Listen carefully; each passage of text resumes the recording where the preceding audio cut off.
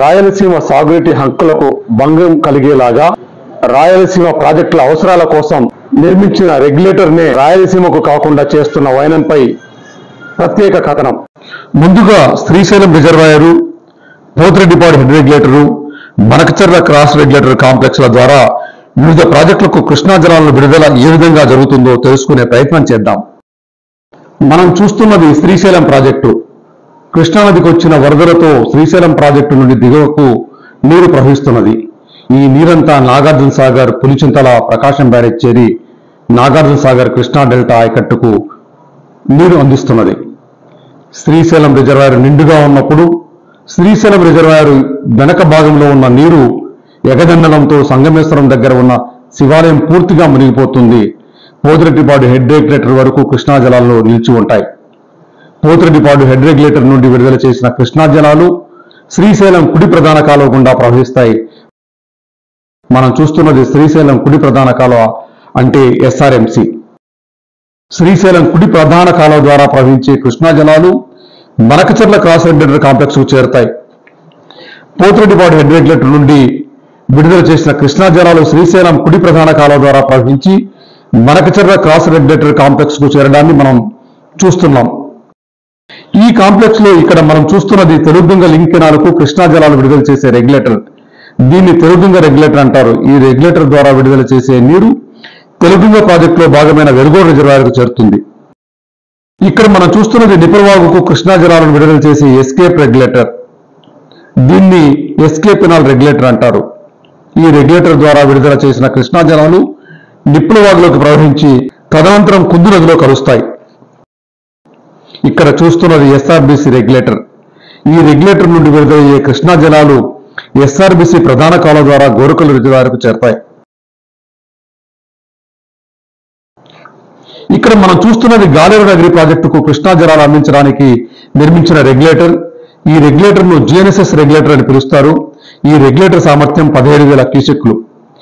GNSS regulator మరియు SRBC regulator ద్వారా విడుదల చేసే నీరు ఒకే కాలువ ద్వారా గోరుకల్ రిజర్వాయర్కు చేరుతాయి. ఈ కాలువను ఎస్ఆర్బిసి ప్రధాన కాలువ అని పిలుస్తారు. ఈ కాలువ ప్రతిపాదిత సామర్థ్యం 22,000 క్యూసెక్లు.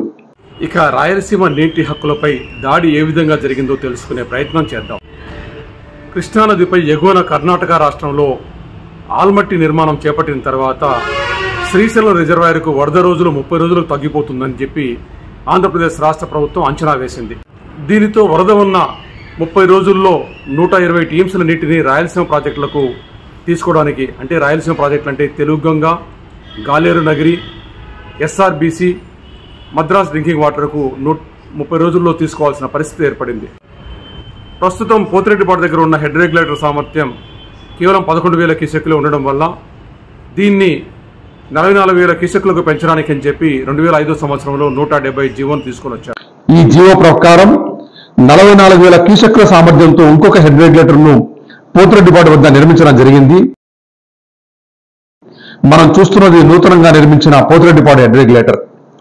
ఈ జీవో ప్రకారం ఎస్ఆర్ఎంసి సామర్థ్యాన్ని కూడా 44,000 క్యూసెక్లకు పెంచారు. ఈ జీవో ద్వారా ఎస్ఆర్బిసి రెగ్యులేటర్ ద్వారా విడుదల చేసే కృష్ణా జలాలను గోరుకల్ రిజర్వాయర్కు తీసుకొని పోయే ప్రధాన కాలువను 5,000 క్యూసెక్ల నుండి 22,000 క్యూసెక్లకు పెంచాలని నిర్ణయం చేశారు. ఈ జీవో ద్వారా జిఎన్ఎస్ఎస్ రెగ్యులేటర్ ద్వారా విడుదల చేసే కృష్ణా జలాలు కూడా ఎస్ఆర్బిసి ప్రధాన కాలువకు చేరేలాగా నిర్మాణాలు పూర్తి చేశారు.